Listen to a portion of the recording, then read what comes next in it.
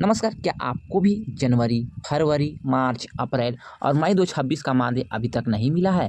क्या आपके पोर्टल पर मई महीने का स्टेटस अपडेट हो चुका है, लेकिन बैंक खाते में एक भी रुपया नहीं पहुंचा? क्या विभाग अब 5 महीने का बकाया मानदेय एक साथ जारी करने जा रहा है? और क्या जून महीने के अंदर लाखों सेविका सहायिका, आशा फैसिलिटेटर, रसोइया और जीविका को लेकर बड़ी राहत देने वाली है? आज की इस खबर में हम पूरी जानकारी विस्तार से बताएंगे। मई महीने का मानदेय स्टेटस का पूरा सच, भुगतान प्रक्रिया कहां तक पहुंची, कौन सा चरण पूरा हो चुका है और कौन सा चरण अभी बाकी है, और आखिर बैंक खाते में पैसा पहुंचने में देरी क्यों हो रही है। तो वीडियो को शुरू से लेकर अंत तक देखिएगा, क्योंकि बीच में हम आपको वह महत्वपूर्ण जानकारी भी बताएंगे जो अधिकांश महिला कर्मचारियों को जानकारी नहीं मिल पाती है। इसलिए वीडियो को सावधानीपूर्वक अंत तक देखिएगा। दोस्तों, मैं आपको यहाँ पे सारा जानकारी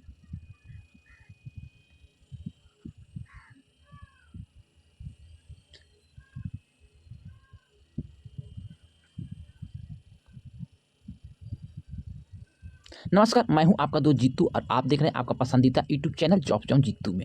यहां पर हम आपको लेकर आते हैं सरकारी कर्मचारी, सरकारी योजनाओं, मानदेय समायोजन, नियमितीकरण, हर विभाग के कर्मचारी से जुड़े अपडेट सबसे पहले, सबसे महत्वपूर्ण और भरोसेमंद जानकारी को लेकर। अगर आप भी आशा फैसिलिटेटर, आंगनबाड़ी, रसोइया, सेविका सहायिका, पूर्व सचिव, सांख्यिकी स्वयंसेवक या किसी भी संविदा आउटसोर्स कर्मचारी से जुड़े हैं तो ये चैनल को सब्सक्राइब कर लीजिए और बेल वाला आइकन को दबाइए ताकि कोई भी महत्वपूर्ण अपडेट आपसे छूट ना पाए। अब बात करते हैं मुख्य खबर की। बिना प्रशिक्षण के सर्वे में लगाए जाने पर भड़की आशा कार्यकर्ता। ये जानकारी नैनीताल से निकलकर आ रही। आशा कार्यकर्ताओं ने स्वास्थ्य विभाग और प्रशासन की ओर से बगैर पूर्व सूचना एवं प्रशिक्षण के बीएलओ के साथ सर्वे ड्यूटी लगाए जाने का विरोध किया। आशा कार्यकर्ताओं के प्रतिनिधिमंडल ने गुरुवार को मुख्य चिकित्सक पदाधिकारी को ज्ञापन सौंपकर आपत्ति दर्ज कराई। उनका कहना है कि उन्हें इस नई ड्यूटी की जानकारी अचानक आंगनबाड़ी के माध्यम से मिली है। आरोप है कि बिना किसी पूर्व सूचना, तकनीकी प्रशिक्षण, आवश्यक दिशा निर्देश से उन्हें सर्वे कार्य में लगाया जा रहा है, जो उचित नहीं है।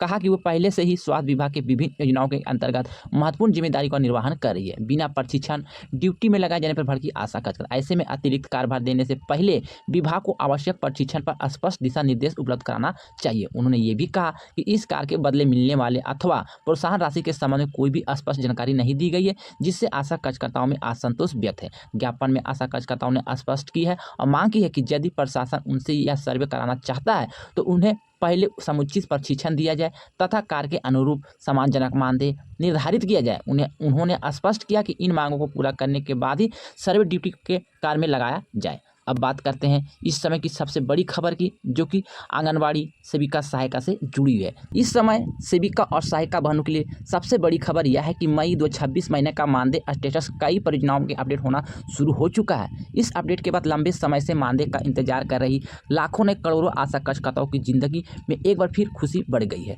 हालांकि केवल स्टेटस अपडेट होने का मतलब यह नहीं कि पैसा तुरंत बैंक खाते में पहुंच जाएगा। विभागीय प्रक्रिया के अनुसार भुगतान जारी होने से पहले कई चरणों से होकर फाइल गुजरती है। सबसे पहले उपस्थिति सत्यापन यानी कि वेरिफिकेशन किया जाता है। इसके बाद सैलरी जनरेट होती है, फिर फाइल डीजीपी कार्यालय में भेजी जाती है। इसके बाद मुख्यालय स्तर पर स्वीकृति प्रक्रिया होती है और अंत में सेंड टू बैंक तथा पेमेंट प्रोसेस का चरण पूरा होने के बाद राशि लाभार्थी के खाते में भेजी जाती है। अब जो जानकारी सामने आ रही है उसके अनुसार कई परियोजनाओं में 8 जून को एनसीटी वेरिफिकेशन, सैलरी जनरेट और सेंड टू डीपीओ की प्रक्रिया पूरी हो चुकी है, लेकिन अभी सेंड टू हेडक्वार्टर और सेंड टू बैंक का चरण बाकी बताया जा रहा है। यही कारण है कि कार्यकर्ताओं को अभी भी भुगतान का इंतजार करना पड़ सकता है। भुगतान में इतनी देरी क्यों हो रही है? सबसे बड़ा कारण फंड उपलब्धता को माना जा रहा है। जानकारों का कहना है कि परियोजनाओं स्तर पर अधिकांश कार्य समय से पूरा कर लिया गया है, लेकिन मुख्यालय स्तर पर राशि जारी होने में समय लग रहा है। जब तक आवश्यक बजट उपलब्ध नहीं होगा तब तक भुगतान प्रक्रिया पूरी तरह से शुरू नहीं की जाएगी। यही वजह है कि स्टेटस अपडेट होने के बाद भी बैंक खाते में राशि पहुंच नहीं पा रही है। कितने महीने का भुगतान लंबित है, यहाँ पे ध्यान से समझिएगा। कई जिलों में जो कि दिसंबर तक का भुगतान जारी होने की जानकारी मिल रही है, लेकिन जनवरी 2026, फरवरी 2026, मार्च, अप्रैल और मई 2026 का भुगतान अभी भी लंबित बताया जा रहा है। यानी लगभग 5 महीने का मानदेय कई स्थानों पर अटका हुआ है। यही कारण की कार्यकर्ताओं के बीच चिंता का विषय बना हुआ है। क्या 5 महीने का भुगतान एक साथ मिलेंगे? ये सभी का सवाल है, तो यहाँ पे आप लोग ध्यान से समझिएगा। यह सवाल इस समय सबसे ज़्यादा पूछा भी जा रहा है। फिलहाल विभाग की ओर से कोई भी आधिकारिक आदेश जारी नहीं किया गया है, लेकिन यदि पर्याप्त बजट एक साथ उपलब्ध कराया जाता है तो लंबित भुगतान एकमुश्त जारी होने की संभावना इनकार नहीं किया जा सकता। हालांकि अंतिम निर्णय विभाग और सरकार के स्तर से ही लिया जाएगा। तीसरी जो जानकारी मैं आपको बताने वाले हैं रसोइया बहनों को लेकर, जिसमें संगठन मजबूत करने पर दिया गया है जोर। सारा जानकारी इसको भी समझना बेहद ही जरूरी है। झारखंड प्रदेश विद्यालय रसोइया संयोजक अध्यक्ष संघ की बैठक राजकीय बालक मध्य विद्यालय चंदवा परिसर में आयोजित हुई। अध्यक्षता लातेहार जिला प्रभारी सब प्रदेश उपाध्यक्ष देविकी देवी ने, जबकि संचालक सीमा देवी ने किया। यहाँ पे लिखा गया कि बैठक में जो चर्चाएं की गई है, बैठक में संगठन को पंचायत और स्कूल स्तर तक मजबूत बनाने को विस्तार से चर्चा की गई। सर्वसम्मति से निर्णय लिया गया कि प्रत्येक स्कूल में एक रसोइया संयोजक अध्यक्ष को सदस्य बनाकर प्रखंड स्तर पर संगठन को सशक्त किया जाएगा, ताकि 7 सूत्री मांगों को प्रभावी ढंग से सरकार तक पहुंचाया जा सकेगा।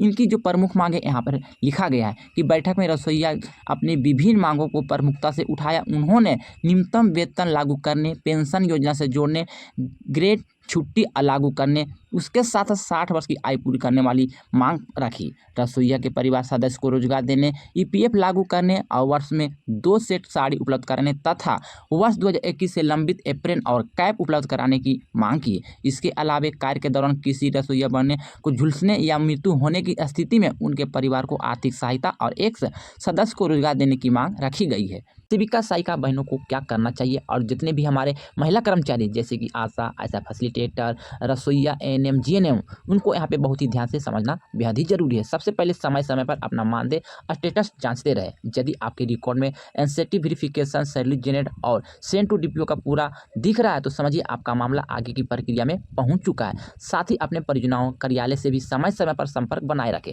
किसी भी प्रकार की त्रुटि होने पर तुरंत उसे सुधारने का प्रयास करें।